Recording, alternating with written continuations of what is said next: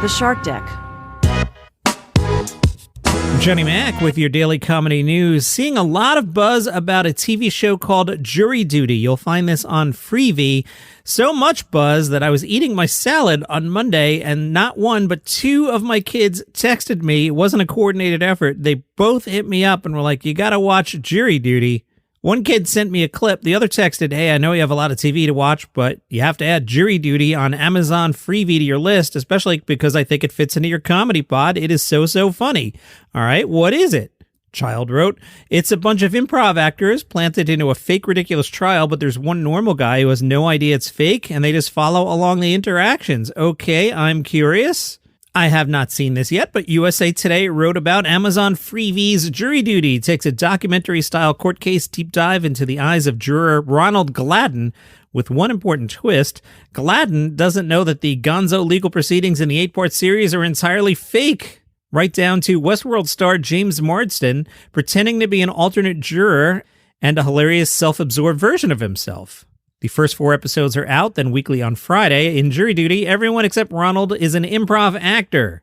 It includes Marsden, the other 11 jury members, the judge, the bailiff, and the 12 fake witnesses giving phony testimony. Marsden said, it's all a farce. It was filmed in a real courtroom meant to dupe Gladden, who believes he's a juror in the weirdest court case. Producer Cody Heller discovered early in the process that it would have been illegal to fake a criminal trial, so Jury Duty revolves around a sham civil case over a workplace dispute with a bogus plaintiff and defendant. Gladden was one of 4,000 applicants responding to a Craigslist ad looking for Southern California participants to serve on a jury and take part in a courtroom documentary, which explains the camera crew, and you would get paid for that. Okay. Almost makes sense, unless you think about it, right? They filmed this at the vacant Huntington Park Superior Court. It hadn't been used since it had been used as a community Halloween haunted house. Heller said there was no electricity. There were just spider webs and fake zombies. Our crew went in to rehab the entire thing. Within weeks, it was a functioning courthouse again. Marsden said it was a high-wire act. If somebody screwed up, said the wrong person's name, or was in the wrong place, that was it. That's where the excitement came from. Then some spoilers for the show. I will not read them to you. This sounds like a good time. All right, that's called Jury Duty. You have to find it on Amazon Freevee. So it's not the most mainstream channel, but sounds like a lot of buzz on this. Over the weekend, I watched Beef. That's on Netflix. That is mainstream. They'll put it right in front of you. That stars Ali Wong and Stephen Yeun. You know him from Walking Dead, right? Very good. I'm not sure it's a comedy. It is entertaining. It is funny at times, but it's not a sitcom. It's just one of those hybrid drama comedy things, but high recommend on Beef from me. 2 things I have not yet listened to. I see Tim Dillon has Bert Kreischer on the most recent episode.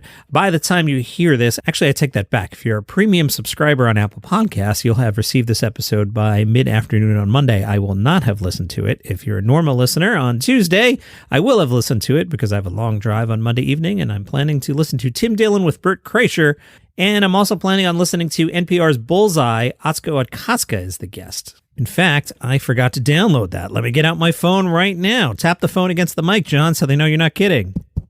Oh, look, apparently they had Mark Maron on, too. I'm also downloading that. Skankfest is coming to Las Vegas at the end of September. They announced the lineup on Monday. Whew. It's going to take me a minute to read this. It's going to be almost as boring as that last 12 minutes on Sunday. All right, I blew it with that 150 specials thing. I meant well, but yeah, that wasn't good. So I'm not going to read every name on this very thorough list, but I'm going to read a lot of names because some of the names you probably don't know, but I'll read the bigger ones. Skankfest. This is the comedy festival put on by the Legion of Skanks. They are Big Jay Oakerson, Louis Gomez, and Dave Smith. Among the performers, Aaron Berg, Adam Carolla, Adrienne Iapolucci, keep an eye on her, she's fantastic, Ari Shaffir, Barney McFarlane, been getting some buzz lately. Let's see, Brian Redband, Brian Simpson, Dan Soder, Dr. Drew, Eric Griffin, Harland Williams, Jason Ellis, that's interesting, Joe List, Leonard Utz, he's fantastic, Mark Normand. Imagine Joe List was at a show and Mark Normand wasn't there. That would be weird. Mike Vecchione, he's been around lately. He was just on Rogan, so he's got some heat on him. Nick Mullen, Nick Vatterott. Nick is really good. I thought Nick was going to have a bigger career than he did. He was, what was he? He was like, I forget what it's called. It's Just for Laughs Chicago, and he was like the, hey, everybody pay attention to this comedian of the year. And I don't know, he didn't really have the career it looked like. He's very funny. Pauly Shore, Rachel Feinstein, Robert Kelly, Roseanne. Sam Talent, and the E Street fan in me wanted to read that as Sam W. Talent, which isn't a thing, but if you're a Bruce fan, you know what I'm talking about. Sean Patton, Shane Gillis, Steve Wren is easy if you want to shame him for 9/11 exaggerations, Tim Dillon, TJ Miller, Tony Hinchliffe, Whitney Cummings, and I only read about a third of the list. Fantastic. If you're in San Francisco tonight, why don't you head on over to Cobb's, which is a fantastic club.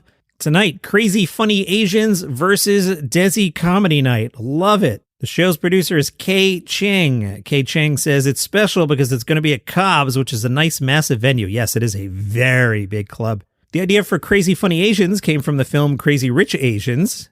That show's been going on for 5 years. And now, Desi Comedy Night, which used to be a different show, they've decided to mash them together.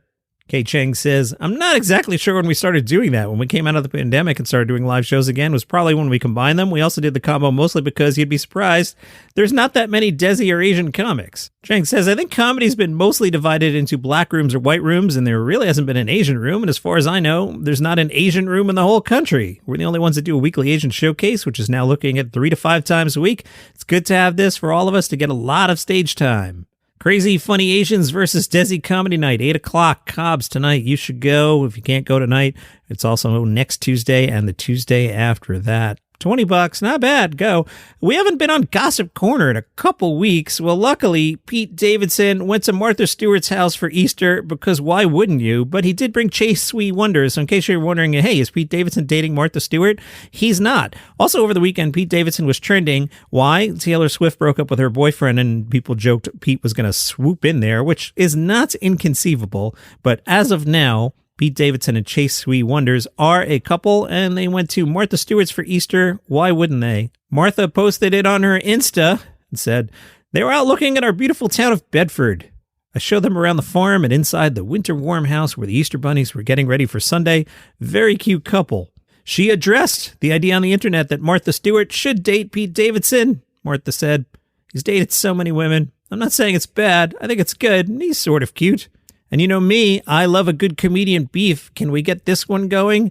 Don Lemon on Monday got caught on the hot mic. You see, Don Lemon was hosting his little CNN thing there, threw it to a clip of Jon Stewart, who was interviewing U.S. Deputy Secretary of Defense Kathleen Hicks.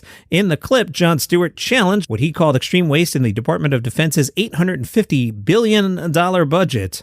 John said, I can't figure out how $850 billion to a department means that the rank and file still have to be on food stamps. To me, that's effing corruption. But luckily for us, the audio cut out and somebody had left Don's mic on. Don was heard saying, he gets a lot of leeway with that comedian thing. There was silence for a few seconds. Then Don tried to recover it saying, Jon Stewart's so much more than a comedian. And he then repeated that again. Oh, please, let's let this turn into a beef.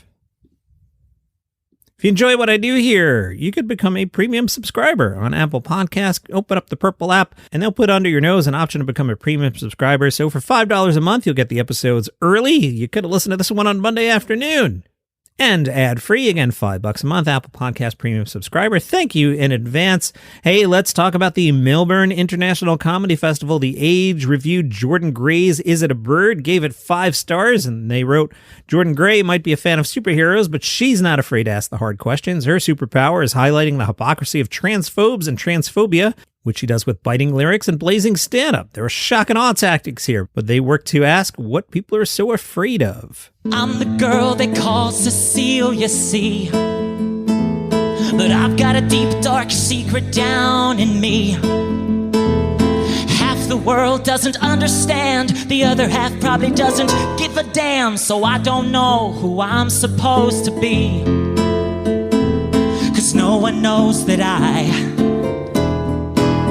am gluten-free. Oh, it's so good to get that off my chest. Let me open up my favorite website of them all, comedyfestival.com.au/2023. And let's take a look on what's going on Wednesday. This is the part of the show where I pause the recording, have a couple sips of iced coffee, and save you the trouble of this website loading for a full minute. Larry Dean's show is called Fudnut. Nominee for Edinburgh's Best Comedy Award 2018 and 2022. Winner of the Edinburgh Amused Moose Best Comedy Show 2016. Let's take a listen. Just so you know, I'm aware that I look quite creepy. I've been told I look like that guy that you always see at the gym, but he's never working out. But it's good to be here. I do love coming to Australia. Also, I get to see my boyfriend when I'm here.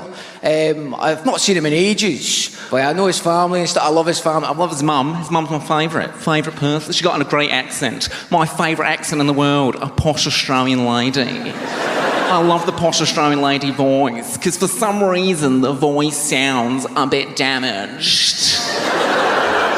Because I swear at the end of sentences she goes... All right, that was a good time.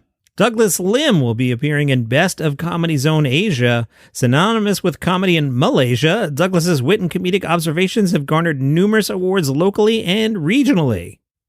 All right, Douglas Lim, let's see what you got. Salutations from me and my nice jacket.